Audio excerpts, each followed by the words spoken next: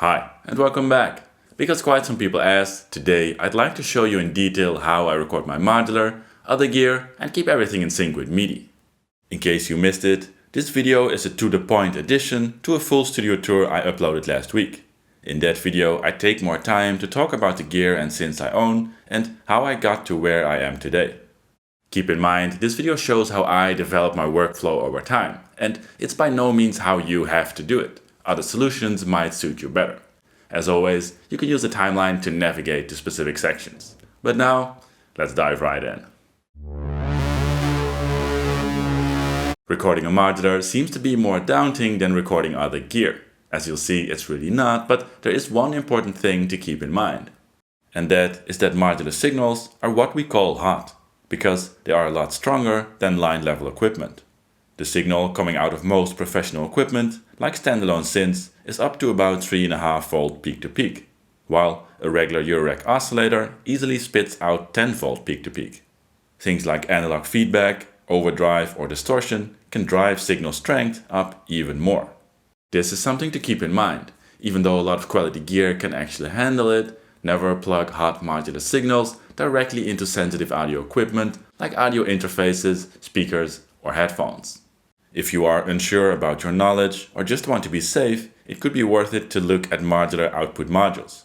Some are quite affordable, others offer extended features like stereo outputs, headphone outputs, level monitoring, and so on. But in essence, they just attenuate an audio signal. And for that purpose, any modular attenuator or VCA will do the job just fine. They all give you the possibility to adjust the output signal to a lower level.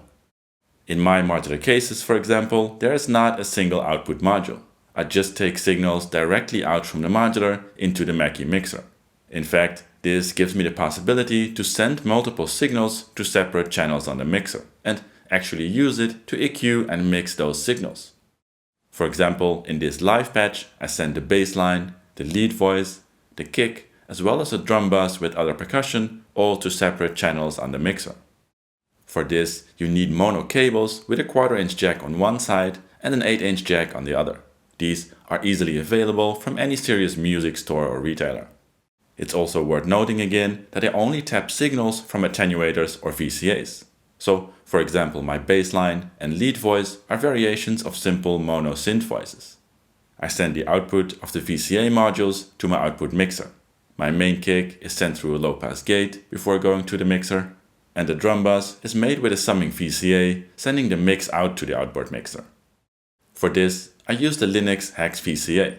In this setup, for example, the first channel is the bass line going to the outboard mixer, the second the lead voice with its own output, and the other 4 channels are percussive sounds like hats, sample players, and drum voices mixed to the sum output, going to the outboard mixer. I can control the volume of all of those voices by hand, mostly not even passing half the output level. I also use these VCAs a lot to add side chaining. Take the trigger going to the kick, multiply it and send it to trigger an envelope. Invert it and then send multiple copies of the inverted envelope to the VCAs. You can even send one to the VCA of the entire drum bus. So if I want to record a stereo mix, I can use the Mackie to EQ and mix the incoming signals. Even combine it with other instruments like the Yamaha CP I have currently plugged in here. Let me show this in a flowchart, starting with the mixer. Different signals from the modular are connected to the mono channels. I can add other stereo instruments if I like, leaving one stereo pair free because I will use it later. The main stereo outputs of the mixer are attached to my MOTU ultralite MK3, an audio interface with 8 inputs and 8 outputs. The MOTU is connected to my laptop via USB for recording and playback, and the main outputs of the MOTU are connected to a monitor controller, which in turn is connected to my main stereo pair of monitors, as well as a single mono mix cube. One of the nice things of this Mackie though is that it has a secondary pair of outputs, called alt-out. Whenever you press the mute button, that muted channel is sent to the alt outputs. Those alt outputs are also connected to inputs on the MOTU. I also use the 4 inserts connected to the mono channel strips of the mixer to the final 4 inputs of the MOTU. These are sent back via insert cables via 4 free outputs of the interface, visualized here in light pink. So looking back at the mixer, I can easily record my main mix but also multitrack each of the 4 mono signals as well as one stereo pair using the alt output. This gives me the possibility to quickly record a stereo mix when jamming or multitrack a session if I want to edit it later. To finish off the flowchart of the modular side, the mixer also has effect send and returns, where I have set up a master reverb. And I also use a dedicated output from the interface, so I can send audio from the laptop back into the modular for processing if I like. I like to share that I really enjoy making these videos, and it's super exciting to see the channel grow over time. If you'd like to support my efforts, consider dropping a like and subscribe, as it really helps out the channel a lot. Or if you want to do more and get access to the PDF sheets of the illustrations I use in this and many of my other videos, have a look at my Patreon. Recording other gear pretty much goes in the same way as recording the modular, but it has its own recording chain. And to be clear, with other gear I mean the things I've set up on the rack side of my studio. All of this is regular line level though, so no worries there. And instead of a mixer and interface combo, I use a Mackie Onyx 12, which is a 14-channel mixer as well as a 14-channel USB interface in one. So I simply take regular audio cables from whatever gear I have set up and send them to the mixer, which in turn is connected to my laptop via USB, combined with the other side that looks like this. Each side of the studio is connected via its own USB port. I can use the section on its own or combine both sides to multitrack up to 22 channels simultaneously. For ease of use, I also have 2 long audio cables taking the main outputs of the Onyx to a stereo input on the VLZ4. This way I can use a mix of the rack gear in a mix with the modular side. Because that side is hooked up to the MOTU and my main monitors, I can jam and make sounds even without using the laptop. The final thing I'd like to tackle today is MIDI. In my studio, it often takes care of 2 crucial things: a master clock and sequencing from a DAW. The easiest part is the modular side. I just send MIDI data via USB to the Arturia BeatStep Pro. From there, I can send control voltages like 1 volt per octave, gate signals, and up to 8 trigger patterns to the modular. But using a converter cable, the BeatStep Pro can also pass on MIDI to other mono devices via 5-pin MIDI as well. This way, if I want, I can use the modular without the laptop, using the BeatStep Pro as the master clock and sequencer. Or use the BeatStep Pro as a MIDI to CV converter, as well as a MIDI through device, and send the clock and sequences to this side from a DAW.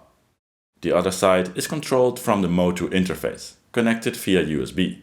The MIDI output is sent to a simple MIDI splitter. I'm using a cheap MIDI-Tech MIDI through 4, which is powered via the MIDI cable itself. Those 4 outputs are connected to synths, drum machines, and so on.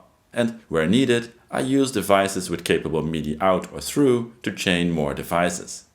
I use my old digital piano as my main MIDI controller, because the keys are very good. I never sequence it, so just use it to send a MIDI signal to the audio interface. Finally, a crucial component is the main MIDI controller, used to control my DAW. This is connected via another USB cable to the laptop. In my case, that controller is the AKAI APC Key 25. There are many alternatives with variations in functionality, but this is a really affordable and great choice. I can use it to start and stop the master clock. I have set up this knob to control the master tempo, and I can use others to control things like digital effect sense and so on. But most importantly, I made a template in my DAW where I have set up MIDI routings. All my gear is named, received MIDI via all inputs, meaning both the AKAI controller as well as the master keyboard, but only responds if the data is sent on a specific MIDI channel. Using the AKAI, I can record arm any of these channels, including the modular, and play that instrument with my main MIDI controller. And because I use Ableton Live, from there it's a very small step to start recording MIDI clips and make jams. And that gives a pretty complete picture of the wire mess I'm mostly just hiding around the edges of my studio. Keep an eye out on this Tech Talk channel for tutorials and my other channel just called Monotrail for music. Also, have a look at the full studio tour if you haven't yet, and smash that like, subscribe and bell button if you want to see more modular content from me. But that's it for now, thanks for watching and see you next time.